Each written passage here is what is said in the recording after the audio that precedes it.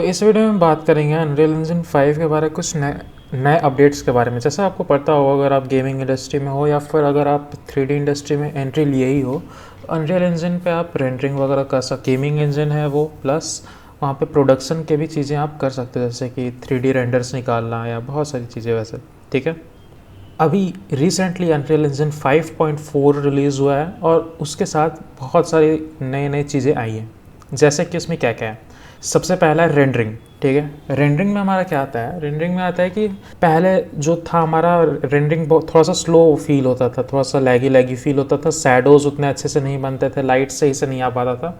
अब उन चीज़ों को यहाँ पे फिक्स कर दिया गया है। ठीक है, रेंडरिंग अभी और स्मूथ और ऑप्टिमाइज्ड। इसमें हुआ क्या है, नैनाइट को यूज़ किया गया है हमारे 3D मॉडल या हमारे 3D सीन्स को ऑप्टिमाइज़ करने के लिए। अब ये नैनाइट क्या है, इसके बारे में मैं वीडियो बनाऊँगा आगे। ठीक है, अब आते हैं हम थोड़ा सा सेकेंड अपडेट पे, क्योंकि बहुत सारे अपडेट्स हैं, सारे अपडेट कवर करना पॉसिबल नहीं है, तो कुछ जो हाई आस्क्ड अपडेट्स हैं उन्हीं को मैं यूज़ करूँगा यहाँ। अब दूसरे पे आते हैं। जो दूसरा अपडेट है हमारा अनरियल इंजन 5.4 के अंदर, वो है एनिमेशन। तो अनरियल इंजन 5.4 में इसे और आसान कर दिया गया कि अब मेरे को बार बार एनिमेशन में की फ्रेम्स या रिगिंग वगैरह करने की ज़रूरत नहीं है। उस कैरेक्टर पे कौन सा प्रीसेट अच्छा लगेगा, किस टाइम पे क्या सही लगेगा, तो मैंने कोई रनिंग एनिमेशन डाला या कुछ भी एनिमेशन डाला, तो उसके बाद नेक्स्ट एनिमेशन क्या होना चाहिए वो खुद से सजेस्ट करके ऐड कर देता है। सजेस्ट करता है कि हम क्या चीज़ और ऐड कर सकते हैं क्योंकि उसके एआई को पता है कि यहाँ पे नॉर्मल ह्यूमन क्या करता है। ठीक है, तो वो जस्ट एक तरह से सजेशन का काम करता है, सजेशन भी कर देता है कि यहाँ पे ये एनिमेशन से अगर ये नहीं चाहिए तो कुछ और भी लगा सकते हैं हम अपने हिसाब से। अब आते हैं थर्ड अपडेट पे। नेक्स्ट है हमारा रिगिंग के ऊपर। ठीक है, एनिमेशन पे हमने बात कर ली, अब रिगिंग के ऊपर। तो नेक्स्ट अप है हमारा रिगिंग। रिगिंग बेसिकली क्या है, पहले हम मैनुअल रिगिंग करते थे जो बहुत टाइम टेकिंग होता था, तो अब इसका थोड़ा सा फास्ट वर्जन आ गया है कि हर एक चीज़ मेरे को रिग करने का जरूरत नहीं है। मैंने रिगिंग हल्का फुल्का किया है। अनरियल इंजन 5 का एआई को मैं बताऊंगा कि मेरे को कुछ चीज़ रोटेट करना है या कुछ चीज़ को मूव करना है या स्केल करना है या कुछ भी जो कुछ भी मेरे दिमाग में आइडिया चल रहा है कि उस रिगिंग में ये चीज़ होना चाहिए उस जगह पे, मैं बस बता दूंगा कि ये चीज़ यहाँ होना चाहिए और वो खुद से उसका स्मार्ट एआई सिस्टम चीज़ों को एनालाइज करके नेचुरल फॉर्म में थोड़ा सा रियलिस्टिक रिगिंग को सक्सेसफुल बना देगा मेरा। तो पहले रिगिंग के टाइम पे बहुत सारी दिक्कतें आती थी, जैसे कि हमें कोई भी मेश को अल्टर करना पड़ता था, लाइक स्ट्रेच एंड स्क्वॉश वगैरह वगैरह बहुत सारी चीज़ें आती थी। जैसे कुछ साईफाई एलिमेंट्स दिखाने हैं, ड्रैगन को जंप करता हुआ दिखाना है, तो वहाँ पे स्ट्रेच एंड स्क्वॉश का बहुत ज़रूरत पड़ता था। बाय डिफ़ॉल्ट हमारे पास एक ही ऑप्शन था मैनुअल रिगिंग करने का, तो उसमें वो पर्टिकुलर चीज़ स्ट्रेच एंड स्क्रॉस दिखाना है, ज़मीन पे ड्रैगन को कूदते हुए मेरे को दिखाना है स्ट्रेच एंड स्क्रॉस यूज़ करके। तो बनाने में पूरा मान के चलते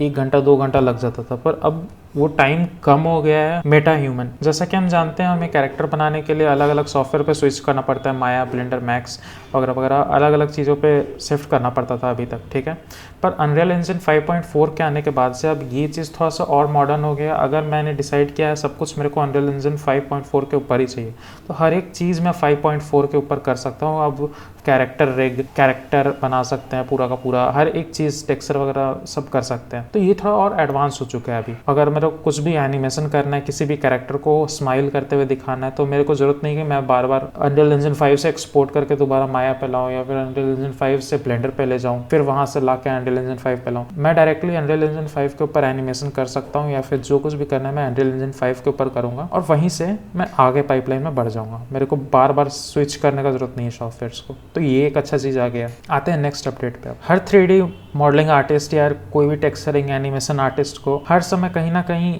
एक प्रॉब्लम आया ही होगा हर समय। उन्हें अपने किसी भी 3D मॉडल्स, एनिमेशंस या रेंडर्स में ऑडियो ऐड करना है, पर वो पर्टिकुलर टाइप का ऑडियो मेरे को नहीं मिल रहा है इंटरनेट पे या फिर कहीं भी वो सही से नहीं मिल रहा है। वेल फिकर नॉट, इसके लिए भी अनरियल इंजन 5.4 बहुत टाइम से काम कर रहा था और अब ये फीचर रोल आउट हो चुका है ऑफिशियली। अनरियल इंजन 5.4 अब सपोर्ट करेगा ऑडियोज के साथ अल्टर करना। दैट मीन्स कि मेरे को अगर कोई गन से ब्लास्ट इफेक्ट दिखाना है, और इसके पीछे अनरियल इंजन बहुत टाइम से लगा हुआ था और 5.4 आते के साथ ये चीज़ भी रोल आउट हो गया है कि हम इस पे डायरेक्टली अनरियल इंजन 5.4 के थ्रू साउंड्स जनरेट कर सकते हैं। इवन हर एक चीज़ कर सकते हैं जो एक साउंड एडिटर कर सकता है। ठीक है, तो एज अ प्रीसेट मेरे को मिल जाएगा। मेरे को बस ड्रैग एंड ड्रॉप करना होगा अपने व्यू पोर्ट पे, कोई किसी भी ऑब्जेक्ट पे जिस पे भी मैं चाहता हूँ, एंड देन डन। और इवन मैं ये भी कर सकता हूँ कि मेरे को खुद से कुछ साउंड बनाना है तो मैं वो भी बना सकता हूँ। अगर कोई साउंड आर्टिस्ट है, बहुत सारे ऐसे सॉफ्टवेयर आते हैं जो पेड होते हैं, जिसमें साउंड बनाना चाहते हैं पर वो उतना फ्री में प्रोवाइड नहीं करते हैं जितना मिलना चाहिए, तो डायरेक्टली वो अनरियल इंजन पे सिर्फली अनरियल इंजन पे साउंड बनाए और उसको सेल भी कर सकते हैं, या जो भी है बना के अपने गेम में डाल दिए वगैरह जो भी है कर सकते हैं। अब वो भी फीचर इनेबल हो चुका है। खुद का या तो आप ऑडियो बना लो या फिर बने बनाए प्रीसेट्स को आप डाल दो, जिसका नाम है मेटा साउंड्स। अब आते हैं नेक्स्ट अपडेट की तरफ। नेक्स्ट अप है हमारा PCG। ये बेसिकली इसके लिए बहुत टाइम से लोग इंतजार कर रहे थे, जो 3D मॉडल्स थे या गेम आर्टिस्ट थे, अपग्रेड कर देता है। जैसे कि मेरे को बार बार हर एक टेरेन को बनाने का ज़रूरत नहीं है, हर एक टेरेन में नेचुरल सीन कुछ बनाना है, ठीक है। जो अनरियल इंजन यूजर्स थे उनके लिए इन शॉर्ट में बोलूँ तो, अगर आप ब्लेंडर यूज़र हो तो उसमें एक फीचर रोल आउट हुआ था ज्योमेट्री नोड्स का।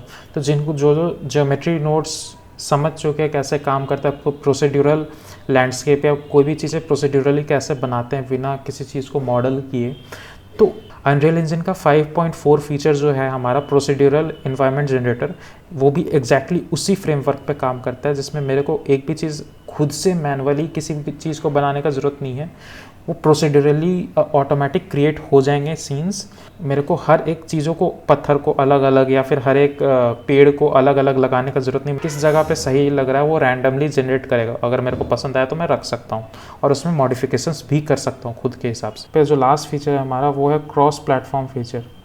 क्रॉस प्लेटफॉर्म फीचर बेसिकली जिसको ये पता नहीं है क्या होता है, वो ये होता है कि अगर मैंने पीसी के लिए गेम बनाया तो ज़रूरी नहीं कि सिर्फ मैं पीसी पे खेल सकता हूँ, मैं मोबाइल के प्लेयर्स के साथ भी गेम्स खेल सकता हूँ, मैं कंसोल के प्लेयर्स के साथ भी गेम्स खेल सकता हूँ। मेरे को कोई बाउंडेशन नहीं है कि मैं पीसी का प्लेयर हूँ तो पीसी के ही प्लेयर्स के साथ मेरे को मैच मेकिंग होगा, मेरा मोबाइल के प्लेयर के साथ भी मैच मेकिंग हो सकता है।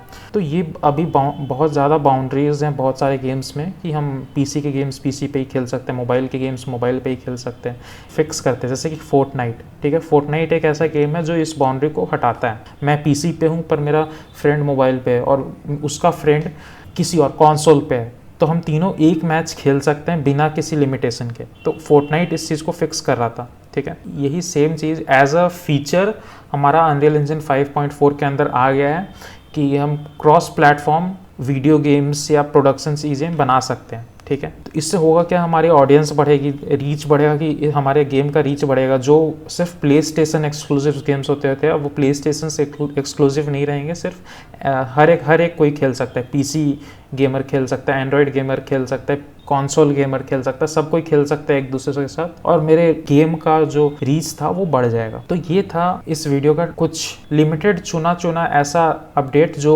बहुत टाइम से जिन अपडेट्स का लोग इंतजार कर रहे थे, और फाइनली ये फीचर्स रोल आउट हो चुके हैं। और भी बहुत सारे ऐसे फीचर्स हैं जो रोल आउट हुए हैं, सारे एक वीडियो में कवर नहीं कर सकता।